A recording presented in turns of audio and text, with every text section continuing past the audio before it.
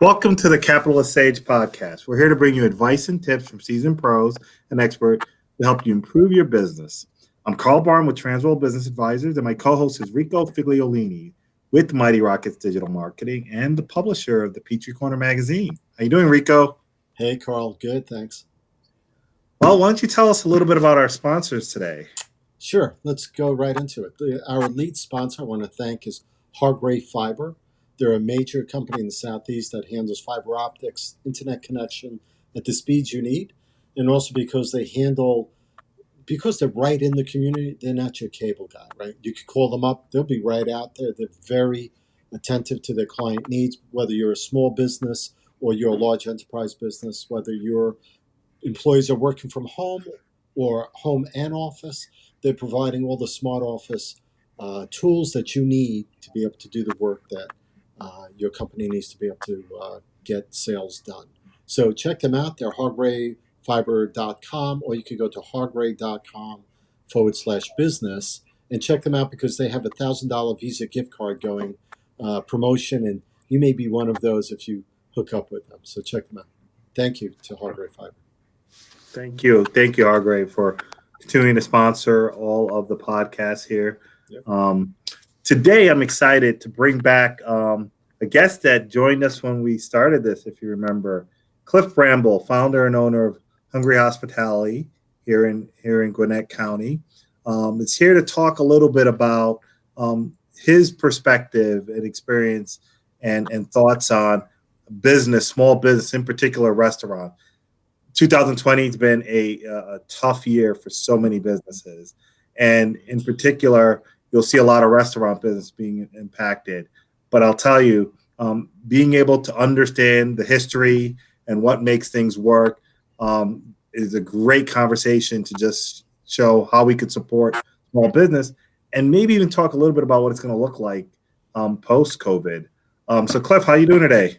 I'm doing great. Thanks for having me on. Well, many people might already know you and so on, but I'd love for you to share your background with folks so they can understand the many things that you've done in your career. Absolutely. So I live in Peachtree Corners, so I'm around here quite frequently. I had the Noble Fin going for quite some time until COVID came in. So I've been in the restaurant business for many years. I co-founded Rathbun's Restaurants many years ago. And in the meantime, after that, ended up opening up Noble Fin. And now I just started a new company called Hungry Hospitality because Noble Fin, I had to close it, which isn't a good thing. But we had to do what we had to do to start with COVID. But being in the restaurant business and also real estate and also investing, I've been working with businesses for many years, and I really enjoy it. It's always a fun thing to do. Well, that's what we're here to talk to is small business owners. We know it could be lonely owning a small business, and having others to be able to share ideas with, talk to, get ideas from, we know is very helpful. And so why don't we jump right in? And I'm curious, when you've been all your experience in a restaurant, what are some of the things that attracted you and many people to the restaurant business from a business perspective? Why do you think people get into that? Well, there's a lot of glory in restaurants. A lot of people love to be in it. There's many people that will say, hey, I'd love to own a restaurant. I don't know about right now, but over the years, they always have. But there's always a lot of excitement. There's a lot of adrenaline that's going on. You're around some nice people all the time. You're around people all the time. And some people think it's just an excitement thing all the time. You're always excited. There's always something going on. And although there is, you still have to run the business with the HR and the hiring and all the other aspects that go into it. But the restaurant industry, it will come back. It's having a challenge right now, but it will come back, and there'll be just as many people in it.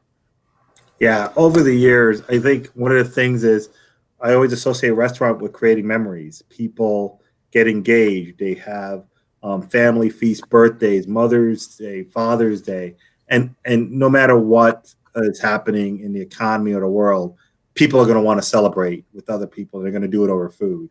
And so we know that's going to sustain over the long term. What are some of the things that people, when you think about restaurant, they don't know about the restaurant industry that you think they should for folks that have been in it for a while? Well, a lot of people people think it's a fun industry. Number one, you have to be there. When you open up a restaurant, you really have to be there most of the time, especially if you're independent. If you're working with 5 and 6 other restaurant groups, or you own it and you have the luxury of hiring people because you're a very profitable organization, you will have less time within the restaurant and more time operating the company because somebody still has to run the company. But the options are is that people don't see the hard work, the sacrifices that go into owning a restaurant. If it's your kid's birthday and you own a restaurant and you're open and it's Friday night, you probably have to be there. Yeah. So it just depends on what people's version and definition of fun and excitement is. But there's a lot of hard work that you have to be there all the time. You know, I remember when we did a podcast not too long ago about your travels to Italy. Yeah, And that's fun. yeah, that was fun. I mean, you shared some pictures. You talked about the food and all that.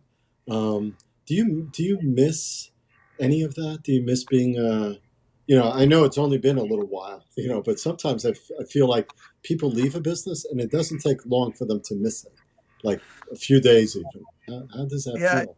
it's interesting you mentioned that. Somebody asked me that the other day, and it was just yesterday. And he said, "Well, are you going to get back into it?" And I said, "Listen, I've been doing this for about almost 40 years, and I'd love to say that I want to jump right into it, but I have to tell you, I'm having a good time not being in it right now." And so, what you do realize is all of a sudden you realize all those things that you really couldn't do over the years and you missed, all of a sudden they're back at you. But you do miss the fun of the excitement on a nightly basis, meeting all the different people, because you do meet a lot of people in the restaurants and you have a lot of friends in the restaurants or acquaintances. But the other thing you miss is you miss the good food. So, Yeah. you cook at home all the time now, Are you especially really? with COVID. That's funny. So I'm curious. I'm curious when all COVID-19 started to happen. Where did you first hear that something was happening? How soon did you hear something was happening? What was your first thoughts and reaction to that? Well, I'm involved in investments and financial side as well, and I started watching it in December, to be honest. And so in December, I really watched it, and in January, I became obsessed with it to a point where I was up at 3:30 in the morning reading news from other countries from that all the way to the east or the west, wherever it was, that was already happening, and I was watching it. So for the month of January, I watched it and I read a lot of information about it, and I kind of warned a few friends of mine. I said, if this comes over here, restaurant wise, we may end up having a big problem. Now, I didn't know how big of a problem it was, but watching it escalate, I took a lot of screenshots. Basically, when the John Hopkins first started tracking it, and Hmm. there was 2 people. I have a screenshot with 2 people in the United States have it, and then it continued to go up and up and up. So, for me, I started watching it in January, really, really more so than December.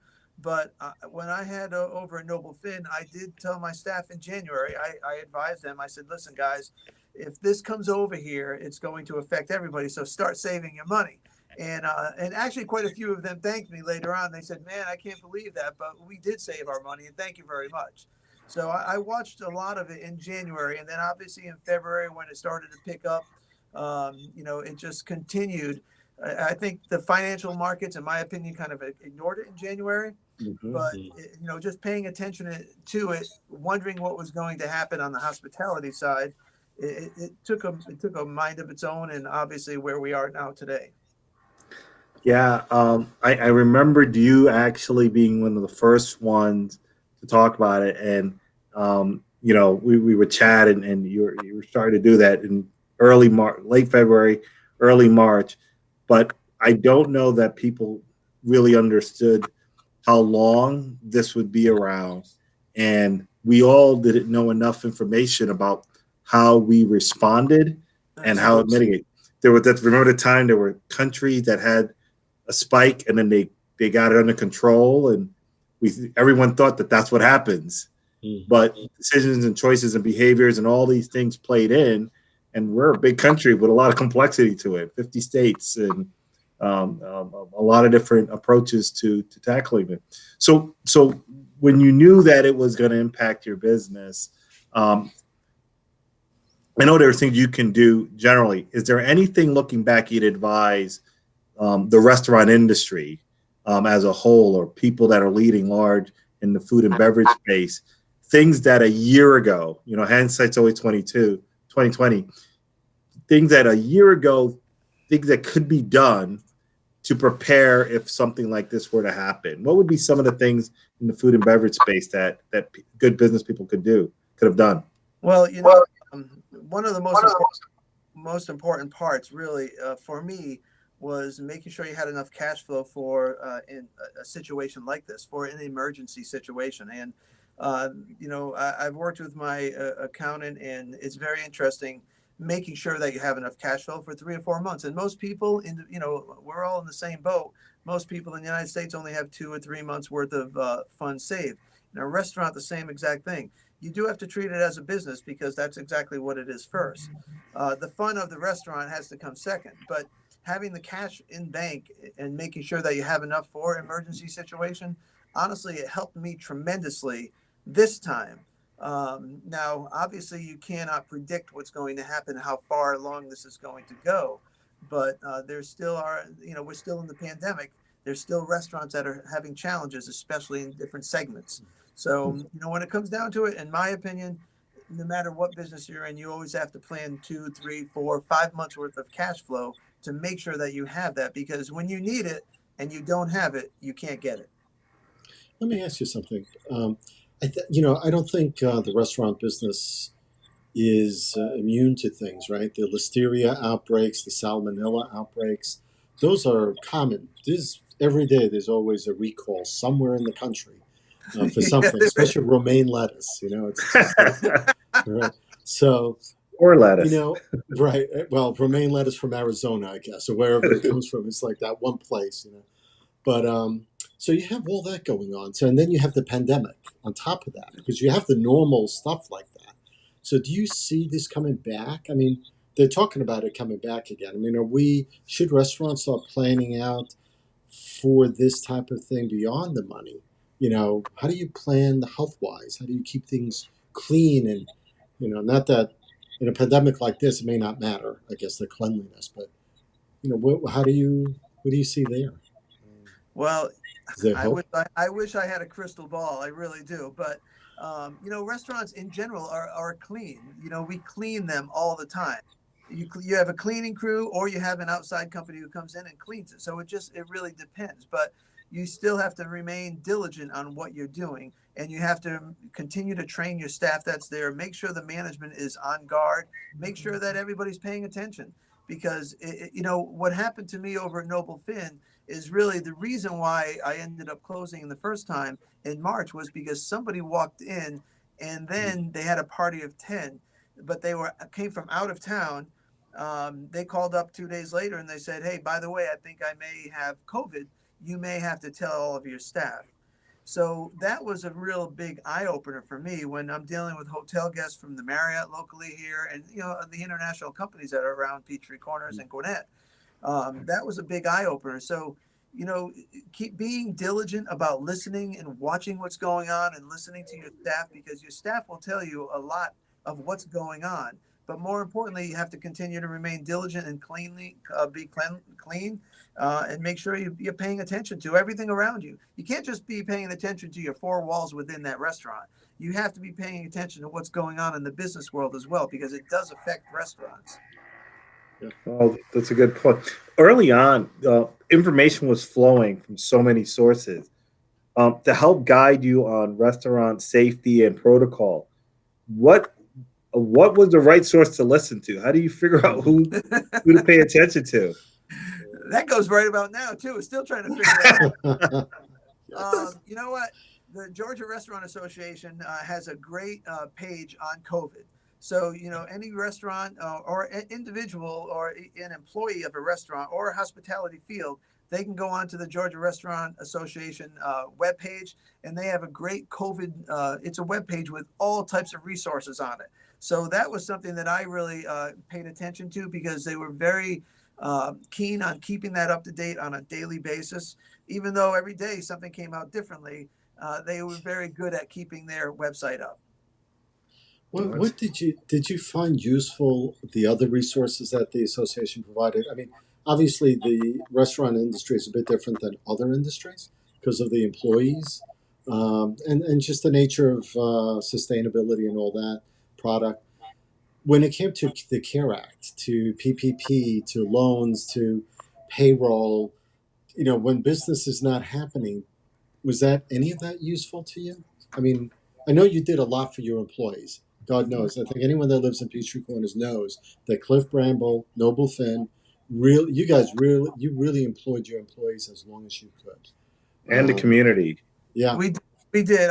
Honestly, I mean, we did pay attention. When the CARES Act came out, I was very much aware of that coming out 4 or 5 weeks ahead of time, with my fingers crossed, because I told my staff the same exact thing. Hey guys, if this comes in, I'll be able to help you guys for this much longer. And to be perfectly honest, I mean, I kept a lot of the staff on. I think 26 staff members on for the 9 weeks that we were closed, and they got their paycheck. And that was important to me, because when we opened back up, every one of those employees was back there to work, which is a great feeling. So so yes, the other items that were out there, and the people that friends of mine in the business world also, from my banker to my accountant, we were all kind of talking about the same exact thing. So we all helped each other, and there was a lot of guys in the restaurant business that I spoke with as well. We had a few what are they called, the Zoom meetings, right? We had a few of them, which were pretty cool, because everybody really helped each other. And I think that's what the industry is really needing right now, is people to help each other, being in the same industry. Well, was it a little scary at one point when they were sort of changing the rules of the game a little bit?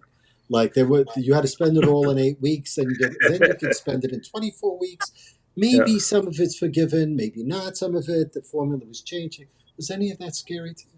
You know what? Scary could be a word, but confusing is more the word. Yes. Listen, it was confusing. There's no question about it. I mean, you try to become an expert at this stuff, because you're learning about it, but you're trying to learn as much as possible. And I have several email friends that would send me information. Hey, this is what's going on. My banker would send me information. I would go to treasury.org. I would go to all the different government websites and pull down the latest information. But man, confusing is the word, because, one day you're going, wow, this is fantastic. And next day you're up and down.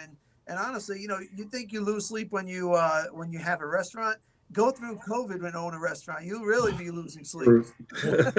And that's probably with any business too. Right. I wondered when you reopened and people started coming back, what were some of the response the community gave as people started going back out to restaurants, and as you walked around town? What was your general sense and feel of how people felt about it? We opened back up May 25th. It was 8 weeks after we had first closed. And I think we were one of the earlier ones that we opened up, but I felt at that time it was probably a good time, because I didn't know how long this was going to, continue. But the people who came in, I have to tell you, we had a very, very supportive clientele, and a lot of the people who had frequented the restaurant over the years, they were the first ones back. Yes, there were some people that came in with masks, yes, at the very beginning, but we did everything that we possibly could to make the people feel comfortable. But when it comes down to it, the people who came in, they were very supportive. They were very happy that the restaurant was back open. They enjoyed the food, and they came back a couple times. But as the confusion set in, you saw less and less of them. Yeah. I know people are happy now. If you fast forward to today, restaurants are open and people are going out and eat. Yes, the world's changed a little bit. There's a little bit more spacing and so on. But I'm looking in the future. There's a short term where, until vaccines are available and so on, we're going to school dealing with this. We're working dealing with this. We're living our lives dealing with this. What do you think the restaurant industry is going to look like over the near short term? And I'm going to ask you, what do you think it's going to look like a little bit further? How does this change how business owners approach food service delivery, in dining experience? How do you think this could change it? And any of it for the better? The restaurant industry, I think right now is changing on a daily basis, but we've gone through a lot of different changes in the last 6 months. Let's face it. We went from being like, for example, you got quick service, you got full service, you have fine dining, you have fast food. And what happened for me, for example, was, we went through the whole process of, okay, let's see if we can continue with the sales. So you started to go stuff immediately. And then from there, you started selling stuff online. And then people started ordering it online. But now you go into the future and all that stuff is still happening. Whereas a lot of people are eating outside. But let's face it, it's 95 degrees outside. You know, at nighttime, it's fine. I know a couple places that they set up their patio and outdoor front parking lots, and they look really, really cool. And people do dine in them. But the future wise, I mean, you're looking at home delivery. You're looking at more chefs cooking at home, chefs from restaurants maybe doing meal preps, and that's already happening. There's also a lot of virtual cooking classes as well that's going on, where chefs or restaurant owners are doing the virtual cooking classes from their kitchen, and they're doing a Zoom cooking class basically. So the nice part is it's working and people are going with it. What's going on in a year from now, I don't know. I mean, there may be some consolidation, but there's also a lot of companies out there with some pretty deep pockets that are looking for good brands to purchase with great locations, because the restaurant industry, it's not going anywhere. It will consolidate, it will change, but it's going to come back sooner or later. It will come back. But we are dependent on the hotels, just like hotels are dependent on us. And I know in Peachtree Corners there's still at least one hotel that I know of that is not open. But the business people in this area, the less traveling they do, it does provide a challenge for what's going to happen now or in the future as well. I'm curious. In New York, I saw some areas of New York City shut down the streets, allow the restaurants to go out into the streets, where they get the advantage of spacing, and they're able to deliver a different experience. But also, do you think there's a future in figuring out a way to leverage outdoor space in eating for the short term? And then I'm sure, but over time it'll go in there. Have you seen any innovations in that area? Most of the cities and the towns have really eased the restrictions on the outdoor dining. I know Peachtree Corners has, so that has helped tremendously. It's really up to the building departments, up to the coding, and also how long this is going to continue. Hopefully there's a vaccine where we can all say, okay, in 6 months, 8 months, this is all done, and people are back dining in air conditioning rather than sitting at 95 degrees. Yeah. Well, I think that this has shown us, though, that this can happen again, right? I mean, this Right. is this can happen again. And it doesn't take long, right?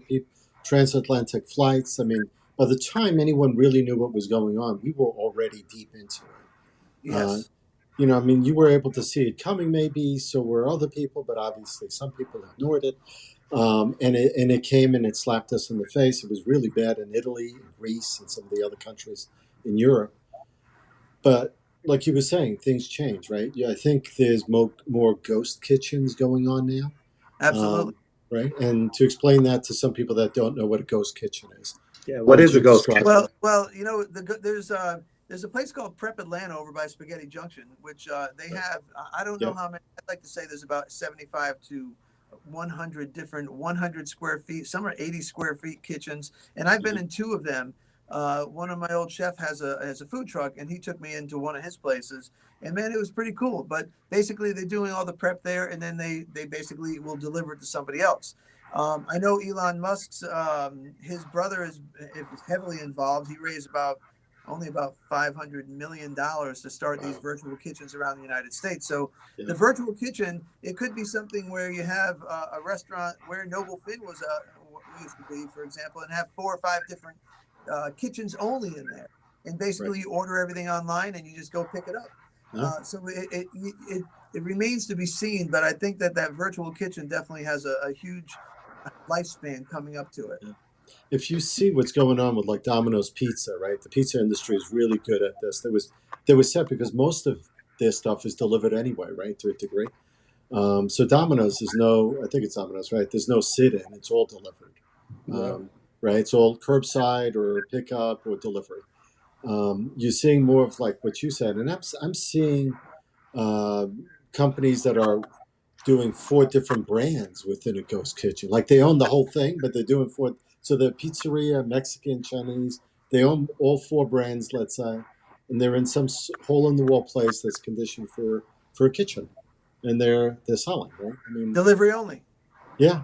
And then you said your chef started a food truck, right? So I'm He seeing started, more of that. Yeah. and I'll tell you what's interesting. He goes to neighborhoods too. He goes to different neighborhoods where, when all of a sudden, when this whole COVID came in, obviously the business parks had disappeared, or the parks are there, but the people weren't. Yeah. And so he ended up going to neighborhoods where they would call him, and they'd have 40 or 50 people there, and he'd serve them on like a Tuesday night. Wow. Yeah, we saw a few of those. Those are we ordered dinner when they would pick neighborhoods from different restaurants, and we thought that was fabulous. But I've got a question that might be more technical. Since one of the biggest costs for restaurants is the space, the real estate, the space you're in. Do you think this is going to have an impact on commercial real estate, being able to charge the same rates if you can't have as many people in a space? How do you think that's going to affect that part of the business model for restaurants? Well, it's interesting that you say that, but you know what? When it comes down to the per square foot, the restaurants are going to move out, and restaurants live off of what your sales are per square foot, and also what your rent is per square foot. And if you have a large restaurant and the rent is, $40 a square foot, in Georgia, in Atlanta, it's probably a lot less than other parts of the country, but you also have a sales forecast for that specific restaurant square footage. So knowing what your sales are going to be, or what they're forecasted, and compared to what they are, the rent will be, and it's especially if you only have 50% seating capacity, yeah, it's going to provide a challenge without a question. So there are going to be landlords out there trying to charge more rent. It depends on how bad somebody wants a location. If somebody wants to pay for it and they want to be in a restaurant, if they have 4,000 square feet and they need to do $600 a square foot, which is on the medium level, they really want to do $800. So that's $3.5 million in sales. But if they're paying a low $20 a square foot, that's great. But if they're paying 35, their occupancy costs are going to be way too high. So it's very important to pay attention before you go into it and know what your sales you think they're going to be. But with COVID, the next 6 months, we just don't know. Right. Yeah, and I know with all the vacancies that are happening or projected to happen between retail, restaurants, and others, it's going to have an impact. I remember in December, most landlords were pushing price increase and lease updates. Some may still. It's all very local, so it depends on a particular plaza or a particular location. But if the model changes where you can't drive as much revenue, whether it's by people or the price you charge, you can't get that sales volume. Don't you think that will force landlords to have to either face vacancy or build a model that allows business owners to be successful and come to the table? Now, over time, like it happens every other time, prices will increase again. Yeah. But for the short term, it's important that somehow that gets figured out. Well, listen, we all know there's going to be a lot of retail space available within the next 6 months. It's already happening. Whether it's here in Atlanta, West Side, downtown, you go to Old Fourth Ward. I mean, there's so much happening right now. You look at Alpharetta. Alpharetta is, it continues to grow. Peachtree Corner, there's buildings here, but there's also empty buildings as well. So the more of these companies that are not letting or telling their employees to stay home until June of 2021, it provides all of a sudden empty space. Now, they still have leases on them. Some of them, maybe they own the building, but it's all really dependent on whether they can work it out with the landlords. I got an email today from somebody who's closing a bunch of restaurants, and one of the main reasons was because they could not work out a solution with their landlords.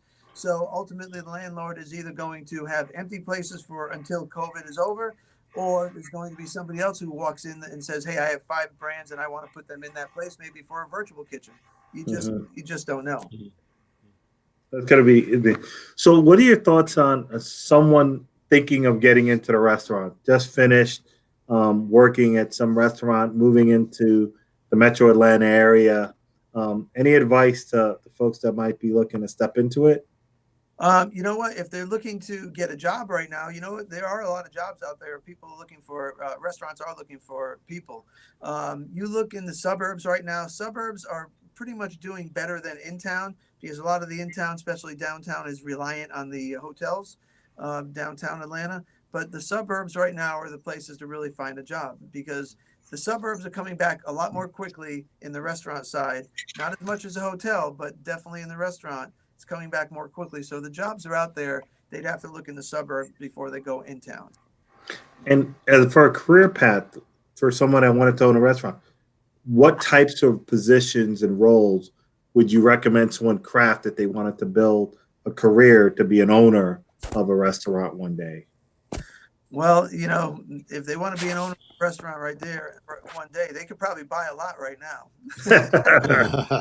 But are they ready? Yeah, but they might not be ready. But you know what? It comes down to they have to continue to learn. They have to continue to work at another restaurant. They have to learn from somebody else who's doing that. And you know, no matter what industry that you're in, you have to learn and do the job before you actually become an owner of the job or owner of the business. So if somebody wants to get into the chef position, they have to learn how to cook. If somebody wants to learn how to do the business side, they have to learn the front of the house stuff. So it's really important that they still have to be working for somebody to learn from somebody.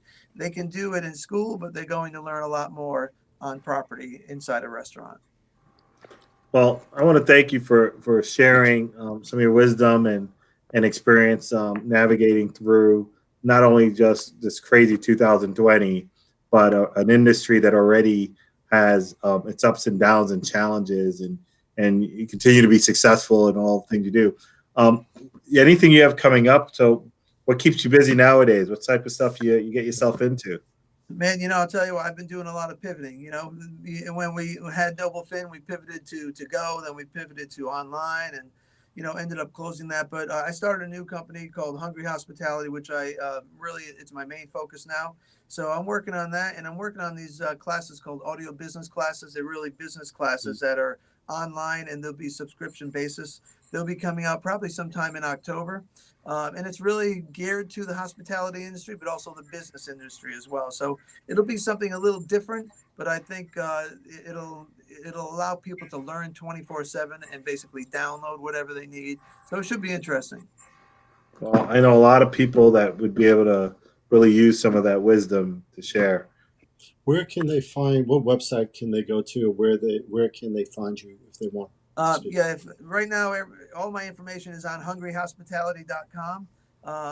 Right now, that's the consulting side, and the consulting side is really working with restaurants, working with business owners, real estate people, realtors, and you know, a lot of people could use. They always say, "Man, I never knew this stuff," and you know, the nice part is if they want to learn how to open up a business, it's better to have somebody who has already done it than trying and making all those mistakes and costing them a lot of money when somebody can guide them to it and help them immediately. Yeah. Oh, absolutely.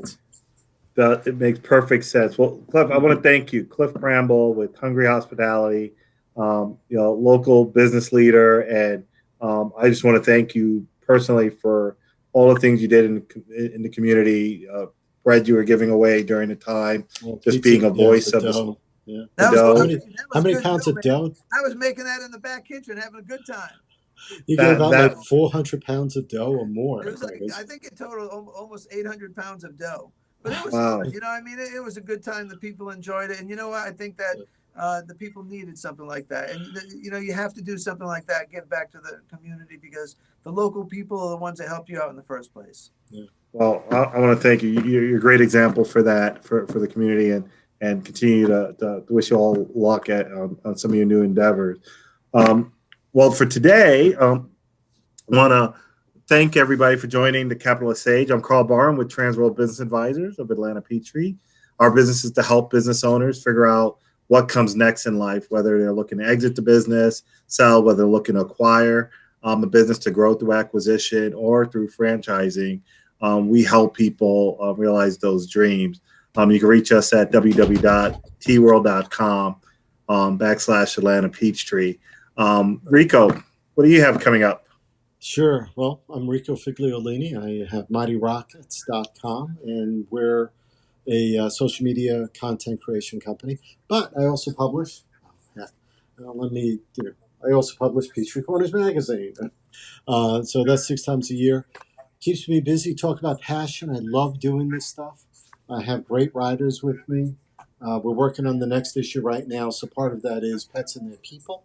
We're going to be we're launching a giveaway next week on that. We're also doing asking people to give us what they're thankful for. So we're hopefully accumulating 50 people and what they feel they're thankful for this year. Besides family and friends, we're all thankful for that. But what else are you thankful for? So we want to get a sense of what that is in Peachtree Corners. So we're curating that. We're going to be putting that in the magazine. And we're also going to be doing a bunch of other things, including backyard retreats. So we're profiling 5 of those. Really some great-looking backyard retreats that people can go to. There's one place, I forget how many acres it is, smack in the middle of Peachtree Corners, has its own grapevines and place to just hang out. It's kind of a neat place. So that's one of the places we're profiling. It's kind of neat. But we're doing all that. So and these family podcasts that we're doing, which is great, Karl, because you're the heavy lifter. You've been scheduling everyone on these podcasts, which is kind of cool. And you're bringing in really good, interesting people. With Cliff, this half hour was really, really good learning about you in the business. So all that. And we're fortunate to have Hargrave Fiber as a sponsor of these podcasts. So if anyone wants to find out a little bit more about what's going on in Peachtree Corners or any of the podcasts we do, go to livinginpeachtreecorners.com and you'll be able to find out all sorts of things. So. I want to mention one more thing as we wrap up today.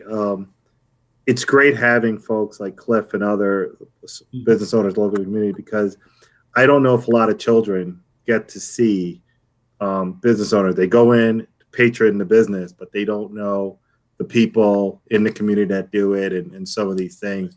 And so if this helps prepare the next generation to be great business owners, small business owners, I think it's going to drive the economy. So this is a joy for us to do. And we want folks to follow us on Facebook. On Facebook, is it Living in Peachtree Corners? Well, it's Peachtree Corners Life on Facebook. On Facebook. Like the page, right, and you get alerts for it. If you go to YouTube and you search Peachtree Corners Life, subscribe there, and you'll also get an alert because we're doing these things live to YouTube simultaneously. If we don't get dropped. So I think we went about 27 minutes before we got dropped. So the full version will be up after this. Awesome. And then the website? And Instagram as well. The website is livinginpeachtreecorners.com. And on Instagram, we're Capitalist Sage. So check it out. Absolutely. Well, thank you, everyone, for tuning in. And thanks, Cliff, again. Take care. Have a great day, everyone. All right, we'll see you again.